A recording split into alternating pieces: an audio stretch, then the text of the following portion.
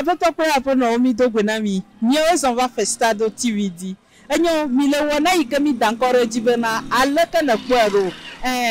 Egbebe nkeke ya mi va avatame. Me emutoto mo be mi ala bionya.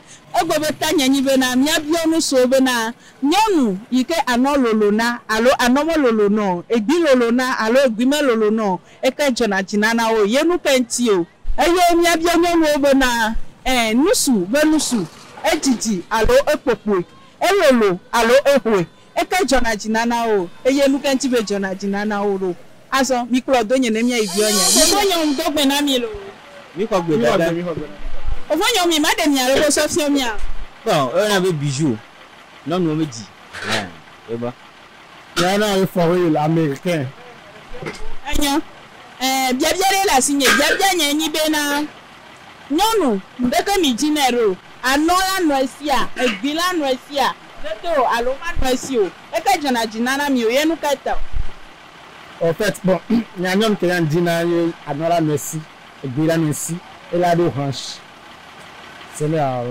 comme ça choko quoi gami no gbova no pere ne laisse le palo ne ba ho me zerika ta papa on zerika nya me amebe ho me ne quoi mati o to quoi papa yo ra papa mati ko nya be grand père de nya yo va génération fi agba mi ro nya me bon nya gbo ni ya ne anuanto do me bon ne do me forme ne ke bele ron gbaja dara ni no na to gbaja re potelia e jona jina nya gbo ni ya donc quand même pose ka ko na esike pa e se pour quoi do pour no do on do pour no ba no tela be no pa no voiser le ka dini ke ko na bi e be se na vivine quoi ayo apekaka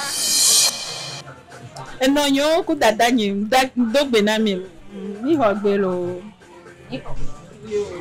enyo ndekuku mi ma de mi aro ko sofio mi a. Ok, nya ona mi tata Sandrine. Tanti Viviane ku tata Sandrine. Biabiale la sini. Nye biabia ni bena nusu abe nusu ne lolo alo ne popo alo ne novedomi. Eke jona jinana mi yenu kenti o. Ok. En fait, animateur Goulin Fibena, il a l'occasion anti réponse à la réponse à 04. Parce que ça dépend. Ne nyon de pepe. Surtout nyon de pepe ben on met. Amédiolia, ne noa tria, yo le wele sentier de Marginawi. Te boy Amédiolia, ne be la Cynthia, et Jonaginawi. Te wa Amédiolia ke on peut au début ne noa teko ya la noa tike, ala ve no. Donc a mi la gomena ne on te quoi, ale ke noa le ke wa ver sorta de mea. Ne ve triwa. Et soit on va continuer quoi, ne ve hoina wa, ko be im laisser ne quoi. Tu laisses. Donc, on tient nous sous le dieu à chia. On l'a noyé. Et nous criminons, on va nous dans un coup de terminer pour la venir. Nous que les gars jouaient là, te supporter, ma. Et nous a fait. Et nous missé. Varé nyon toare. Et que John a dit nana. Ah, nyan toi, ne ba ho ba no asinti ga me ane nwe amate gbon. Nji la ba se bebe après. Parce que on me gbo be nya be yin. Ape. Ape kaka. Fofo ndogbe no oh tata mo gbe no la fofo ndekuku mi ma de mi aro ko sofio mi a oyo na mbe maître Bathèse biabiare la signé biabia nyi be na nyonu eke jona jinana mi o ba lolo egbine lolo ne egbe anone lolo ne alo agbaze dia agbaze yiboa alo enu okeke ma no nchi o wa eke jona jinana mi o enu kanti ye enu a jona jinana mi ro oh tata agbabia mi to mo cha se be vena cho noni ke mo dinala anu na no moyen ene no sewle de ko egbine lo si surtout agbadeje ya jona jinanto agbadeje nyonu ala no mu ne le pe me bia eye jona jina donc anene ne ko nyonu ane me le a no à l'aise ne dina nyonu egbi flatte ya no jona jina mo gbine no sinyire anua untuk lepas dia kan yang mana normal ya déjà ya ni mana jona jina mto mwenye mbiro ma ngo fa teja kaka fofo mdogbelo oh mo tata Mo de kuku mi madam ya roko sofia mi ya mi be nkona. O nya yere nya ba Abbas. Monsieur Abbas, bien la signé. Bien yenyi be na nyonu egbi lolo, allo egbi vitukui, allo anon lolo, allo anon vitukui eke jona dinana mi o. Ye nu kan ti be jona dinana mi. Bon, nya le bonya anon vitukui jona dina. Nke ti be anon vitukui jona dina do parce que emke allo nya tele ya ye mlena. Donc nem so allo le ke nya bela na lo na nyari ti be anon vitukui jona dina mdo. Akpe kakalo. Yo musa pe. Fofo ndogbelo. Fabila tata. Mo de kuku mi madam ya roko sofia mi ya. Bon, moi je m'appelle tout simplement Serge. Enyo, fofo. Bien la signé. Bien yenyi be nyonu egbi lolo, allo egbi vitukui. Allo anon lolo, allo anon vitukui eke jona dinana mi o. Ye nu kan ti be jona dinana mi ro. Bon, moi be nyan anon lolo to e kona nyan. C'est parce que encore Jean le doigt noir, moi j'aime ça. C'est comme parce que n'y a pas goût ni à peu principe ni quoi. Parce que avec bibé nous on y a noé John a dit là. C'est comme alors voilà. Parce que le dossier déjà le valet aller pas genre c'est comme si on les bipé mais quoi. On m'a pas pour moi sous bonne comme à journée José comme à pardon. Et bon, un coup quoi. Tranquille. OK, n'a pas quoi là mais quoi. Akpeke kalo. Tata vi mdogbe. Nde kuku mi madam ya roko sofia mi ya. Non mais Natasha. Enyo, tata Natasha, bien la signé, bien yenyi be na nusu, be nusu.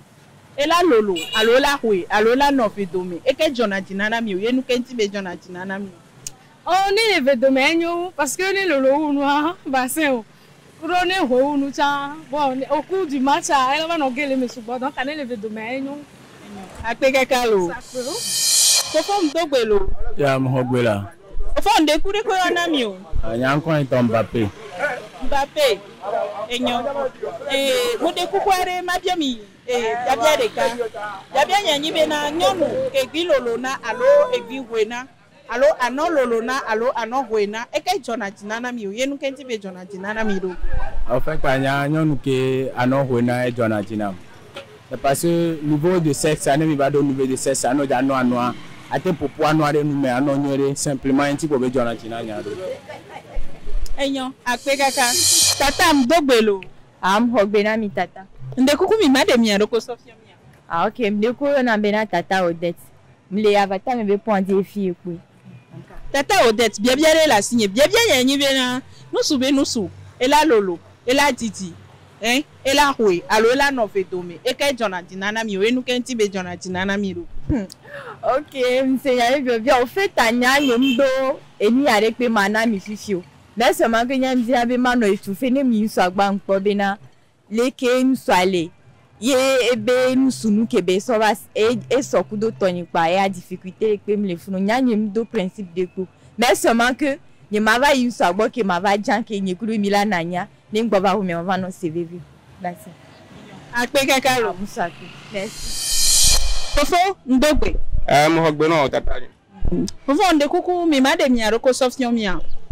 Magbonbe enyenyi Emmanuel Amuzu. Enyo, Monsieur Emmanuel Amuzu, bien la signé. Bien yenyi be na nyonu kedo egbigan, allo kedo egbi vitukui, allo kedo anogan, allo anon vitukui, eke jona dinana mi o. Ye nu kenti be jona dinana mi ro. Nyonu kedo anon vitukui egbi vitukui ebe ni jona dinana to non so anogan egbigan. Eyem le de gomme be na. C'est parce que nous kedo anogan allo egbigan o le nu dodo me o attirer na me. Mais pourtant nous de nous au sunagbon l'inkume na munu.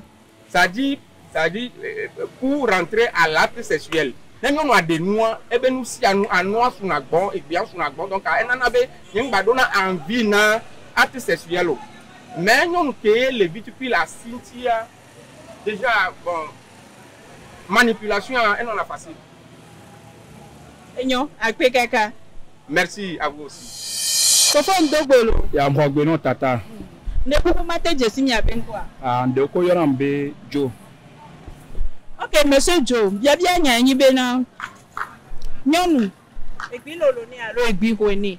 Anon lolo, allo anon hweni. Eke jona dinana mi o, e nu kenti be jona dinana mi ro. Ok. Ne nyonu egbi lolo ne allo sata allo anon lolo ne eke nya ke jora dinama. enyi be ne gbi loro na nyɔnu ayi dzɔna dzi na nya ya nkentsi ebe gba dzɔna dzi na nya enyi be par exemple ne amea ne gbim le si wa si be ne do nua nzena le ŋtsi o voa ne gbi loro ne ne do nua si be forme azena propre te ne mi kuye mi dze mɔ tsa le ya bubu nɔ na me ŋtsi voa ne amea si be ne ŋdo gbi wa me yɔ si be na o ŋutɔ tsɔ ma nɔ dzidzi ɔmo kɔ anya egbi dzɔna dzi na nya. Enyo, akpe kakalo. Ok, akpe tata. David Dogbelo. Ndeku mu kogista. Ndeku kude ko na mi o. Oye na mbe mu popo. Da mo popo. Bia bia re la sinye. Nye bia bia nyi be na nusu be nusuwa. Ne lolo, ejiji, akpopo, ehwe.